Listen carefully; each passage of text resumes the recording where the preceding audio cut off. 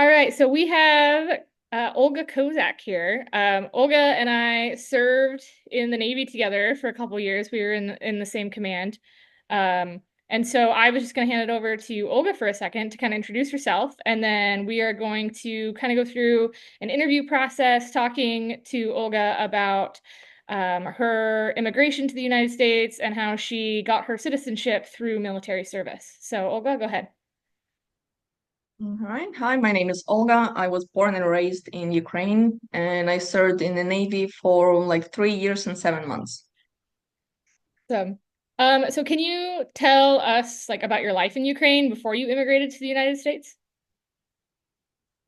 Um, it was really simple life. My family was pretty poor, so life was hard. But I went to school. I graduated high school there. I went to college there, and I moved to United States right after I received my bachelor's degree.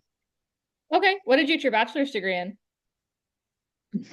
I did my bachelor's degree in computer science and computer graphics. Okay, what did you end up doing in the military? I can't remember. Like, what was your rate? I was undesignated. Undes. Okay, okay. So what like initially motivated you to leave Ukraine and move to the US? Well, it's kind of weird, but I never felt like I belong in my own country. Hmm. Like I always that was my dream from childhood to move to the United States. Awesome. All right.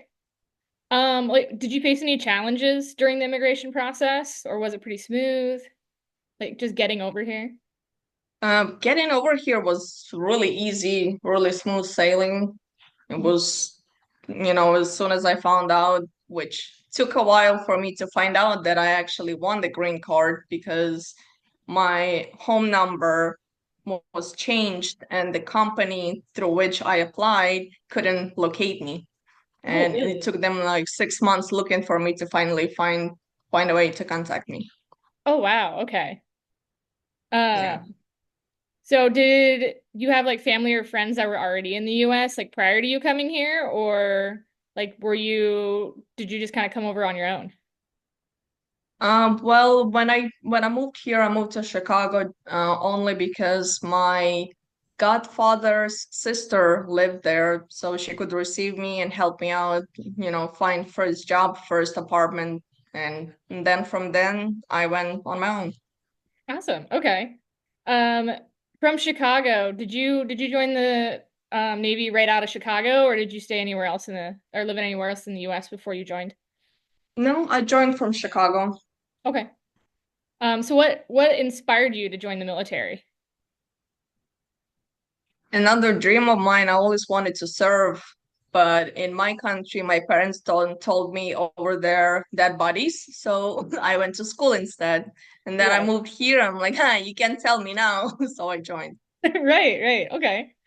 Um, so like how was your like experience during like boot camp? Like was it what you expected? Do you think that it would have been a different experience had you gone through like the process of being in the military in Ukraine compared to here?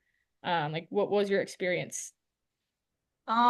Well, it definitely different. I mean, I don't know about military service how it actually is. I only know from the movies that I've seen. Hmm. But like comparing with the movies and what I went through here, it's quite different, quite different. Okay. But boot camp was about what I expected. I actually enjoyed boot camp, weirdly enough. I get that. I kind of felt the same way. I feel like that was like the easiest part of being in the military was boot camp. You, Right? yeah, you get free meals. You just have to fold clothes a lot. Like it wasn't it wasn't that big a deal. Did Yeah, you you work work out? out a little bit, you do this, you do drills. Oh. Yeah, I know it's pretty easy. But I was wondering like how was when you moved to the US, was there a big language barrier or did you already know English pretty well? Well, I knew English quite well because I studied from first grade, but I still had a language barrier because I learned British English and then I came here and you don't speak the British, you speak American English. And I'm like, huh? I felt like I've never learned English in my life when I moved here. Right. So that did that make like the whole like the MEPS process, and for anyone listening to this, the MEPS process is the process that you go through before you join the military, where they screen you and you take testing and you swear in and stuff. So during that process and then boot camp, did you feel like the language barrier kind of like hindered you at all, or did you think it was still a pretty smooth process? Um, in some aspects, like taking a test, never having to take math in English, having to take a test, math test in English was challenging since I didn't know what's called what in Oh English. yeah, So right. yeah, it was pretty challenging on that part. I honestly never even thought of you learning English, but like British English and not US English. I never really thought about like how much that would like that would make you like kind of struggle a little bit, just because I mean we do use different words and like different slang and stuff. So I totally that's such a cool perspective. Yeah, I had to take an ESL classes just to acclimate myself to American English. Oh, I'm sure. That's so interesting. So what was like the most rewarding part of your military service, do you feel like? Hmm. Probably people that I met. Some people who stuck around Hmm. are the best friend. Like two of my best friends I met on my ship, on my first command on my ship. Yeah, I think that's interesting that even from the perspective of somebody who comes into the US and joins our military, like it's similar for me too. Like I'd definitely say that the best part of the military for me and the part that I was most proud of is just being friends with the people I met. Because I know you can attest to this, but like your friends become your family. Yeah, Uh, yeah, so no, absolutely. I agree. So I was thinking, so we could switch into a little bit about the citizenship process. So from what I remember, you were getting your citizenship toward the end of your service, right? Because I remember Yeah, it in kind the of a, last month before I got out, yes. right. I remember it being a super, super quick process, and you were kind of running around trying to get it done before your contract ended. So like Yeah. how did your military service influence your path to US citizenship? Like um what, while you were in, kind of made you decide you wanted to go down that road and get full citizenship? I mean, my main goal was always to get a citizenship. It's just happened that I found out that, I always wanted to go to the military and then I happened to find out and was like, oh, I can get it quicker. Oh, that's a good bonus. Yeah. Okay. So can you kind of describe the steps you went through to like become a citizen? I know it was like so like condensed into that small amount of time, but do you remember it? Well, if you want to hear for a whole process, it was a very long lasting few years long process actually, but Hmm. um then the Navy screwed up majorly quite a few times that it took forever to get it. Hmm. But thankfully to the guy who was working in our building one, he's Hmm. like, okay, he found out that I'm about to get out, and he's like, okay, let's get your citizenship done. And I don't know how, but he dug out where my paperwork was, what stage I was stuck on, and he just flew me through all the stages. Honestly, I don't remember. I just remember running around a lot. Yeah, So all I remember is you running around a lot and hearing about it from other people. But that must have been such a weird time to try to get it too, because that was like right around COVID. And so I'm sure that a lot of things were at a standstill. And then if the Navy messed up your paperwork and stuff, like how did the what kind of things did the Navy do that made it a little bit harder for you, like the process? Like what kind of stuff did they mess up? oh well, first first I was supposed to get it while I was in boot camp. I was supposed to come out a citizen out of boot camp. Hmm. which didn't happen because my RDCs never told me that people were going through the process. I was the only one left out of the whole, like, hey, we doing the citizenship stuff. And Right. only one time that I made it there, the representatives didn't show up because it was a huge snowstorm in Chicago. Oh my gosh. Okay. And then after that, when I arrived to my ship, it was supposed to be getting handled, but then the guy, the chief who was in charge of um, doing citizenship was fired, Oh, kicked okay. out of the ship, kicked out of the Navy. So, and they didn't have anyone else who worked with that. So I had to wait quite a few months for a new person to get trained in, which kept on getting delayed and delayed and delayed. Then Mhm. he finally got his training. Then he gave me all the paperwork I had to fill out. Well, it was a mountain of paperwork, so it took me a while to fill it all in. Mhm. After I filled it up, I gave it to him, and then they kept sending it back, telling him that something was wrong, and we kept fixing things. And we fixed one thing, send it, they send, oh, this is wrong. And it just, I don't remember how many times they sent it back saying that something was wrong. Then I finally got everything right. I just needed to take photos. I took the photos. I gave it to the person that was working currently, who was the thing. And I don't know, maybe like a week later or so, somebody from my ship comes up to me like, hey Kozak, I found this, and handed me my pictures. I'm like, the fuck you mean you found it? It's like, oh yeah, it was on a there on a he lost my pictures, okay? What were the So pictures? I went back Like, up to him, give him my pictures. You lost this. And he never told me he lost it. right. I give him the pictures. He finally sends it out. Then I never received the packet to to continue on my because they were supposed to send me a packet, which they never sent. Hmm. I tried calling them, figuring out they couldn't find my application. Oh Are my you God. serious? This sounds very Navy, so. Are you fucking serious? What do you mean you can't find it? It was sent like a few months ago. So they couldn't find it, and they just left it at that they couldn't find it. And so did they And want that's you to how I restart the ended up process? doing it. Hmm? Did they want you to like restart the process or They just left it at that. They like maybe like, oh yeah, they can't find it. Nothing we can do. oh my gosh. Okay. Yeah, my ship was a hell on earth, Yeah. to What put ship? it mildly.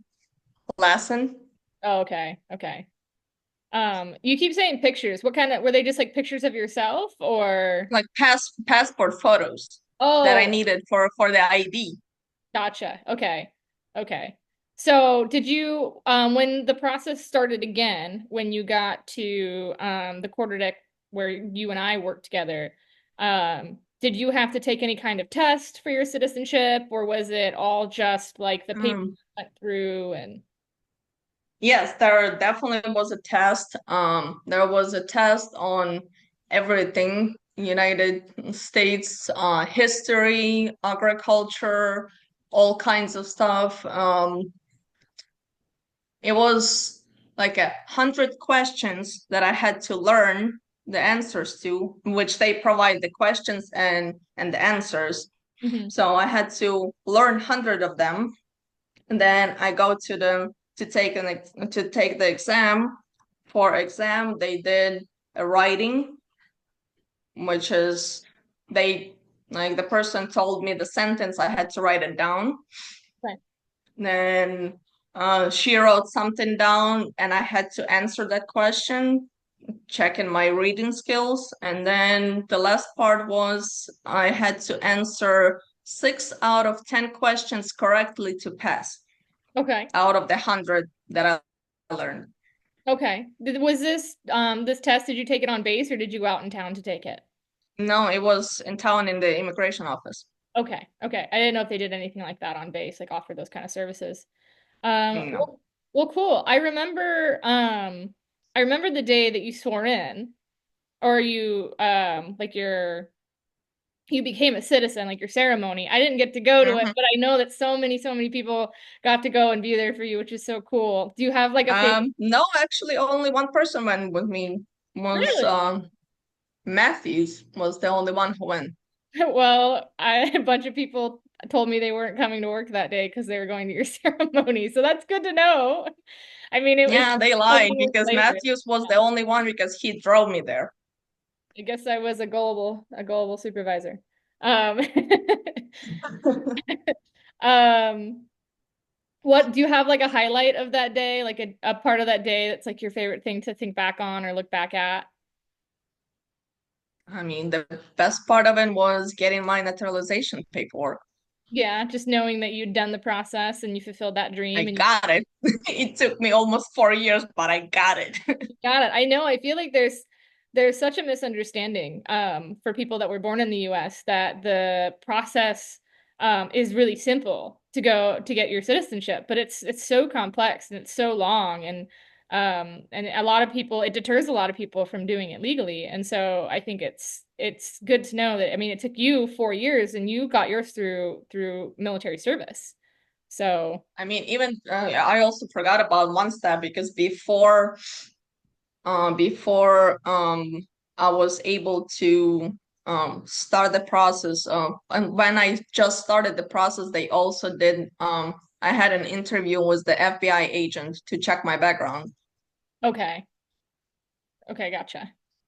Would that, I mean, did that kind of help with then like the joining the military process because you already had the background check and stuff done or?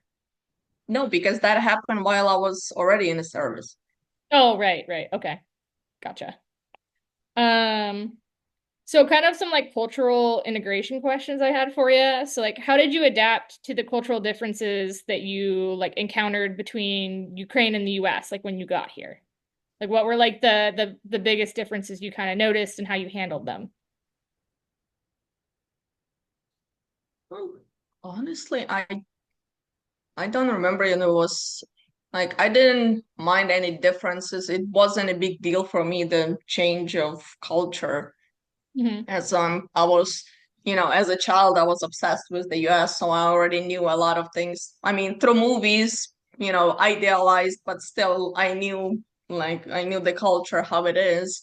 So it wasn't that it was a cultural um shock, but more of a shock not being with my loved ones, being Right. away from family, Are you because I came here by myself. So, are you close with your family? Pretty close with your family?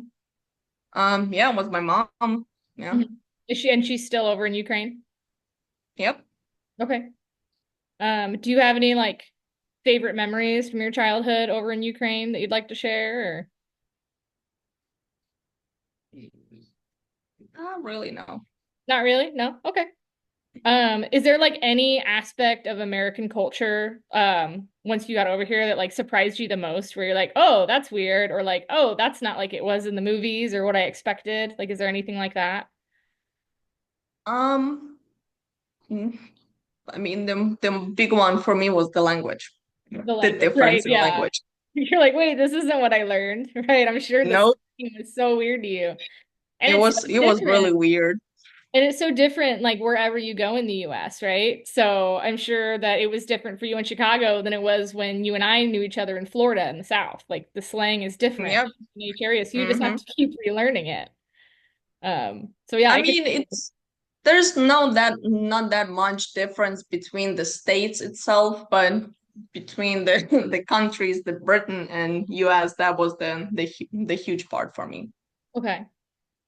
Like so for like future aspirations, do you have like what are your future goals now that you've obtained your citizenship? Like what's next for you? Well, I am in school right now trying to get, another education because the one that I got from Ukraine, that's not something that I want to work with. Hmm. That's why I'm doing a different one because well, my future aspirations is to become a forensic psychologist. Okay. Forensic psychologist. That's awesome. Hmm. Yeah. Um, so like what message would you want to convey to like other immigrants maybe coming from Ukraine or somewhere else who may be facing similar challenges, maybe challenges trying to get over here or challenges trying to get their citizenship? Like what's something that you would tell them? Be patient. Be patient. That's I think that's I think that's probably some of the best advice you could give them for sure after hearing how lengthy and crazy the process is, especially through the military. Yeah. Very much the Navy saying of like hurry up and wait, right? Yeah, that. Yeah. Hurry up and get your stuff done and then wait for years for us to do our part. Yep. So I have a couple more reflection questions, then we can wrap up. So how has your perspective on both Ukraine and the United States like evolved since you moved? Like, do you view Ukraine differently? I know Ukraine is going through a lot right now, so is there anything there you'd like to speak on or anything like that? No, the only thing I want is for this war to be finally over. I'm sure that you have a lot of fear with your family being there and everything, and like I'm sure that Yeah. must be really, really tough. So I'm I'm sorry you're going through that. Yeah, it is stressful. Well, luckily for the main part, they are not getting hit besides like two occasions that happen. But other than that, they're not getting bumped every day, so at least on that part it's easier, but still it's stressful. It's very stressful. The I'm anxiety is through the roof. Oh, I'm sure, especially, being over here and probably feeling like there's not much you can do to help. Are you able to like stay in contact with your family? Yeah, my mom and I try to talk at least once a week. Different schedules, Hmm. time difference, kind of hard to find time more than that. Good. Okay. So my final question for you is there like anything else you would like to add, or like people to know about your journey or your experiences and your path to citizenship and where you are now? Um, I don't know. I mean, life changed tremendously for me. I mean, Mhm. starting from, living in Ukraine, just dreaming about being here and then being here and going through the journey through the military, then life out of the military again, Mhm. trying to adjust back to civilian life was rough, but it happened. And then going to school and, new aspirations, new goals. Every day something new pops up. Great. If you had to do it all again, if you were immigrating over here again, would you have gone the same path? Would you have sought your citizenship through military service, or would you have maybe tried a different avenue? Are you happy with the way that it went? Would you recommend it to somebody else? Um, well, I joined the military not for the reason of getting the citizenship. Right. That is not why I went. So can't really say about different avenue, going different avenue because I always wanted to serve. That's why I went. And then citizenship was rough, but it was a bonus. Hmm. Well, great. Well, thank you for sitting down with me today and answering my questions and just kind of letting us all know what the process was like and sharing your experiences because for so much of us, there's so much we don't know. And so we're not going to know until we get educated, right? And so I really appreciate you Right. being willing to lend your experiences so that we can know more. Sure, sure. I don't mind at all.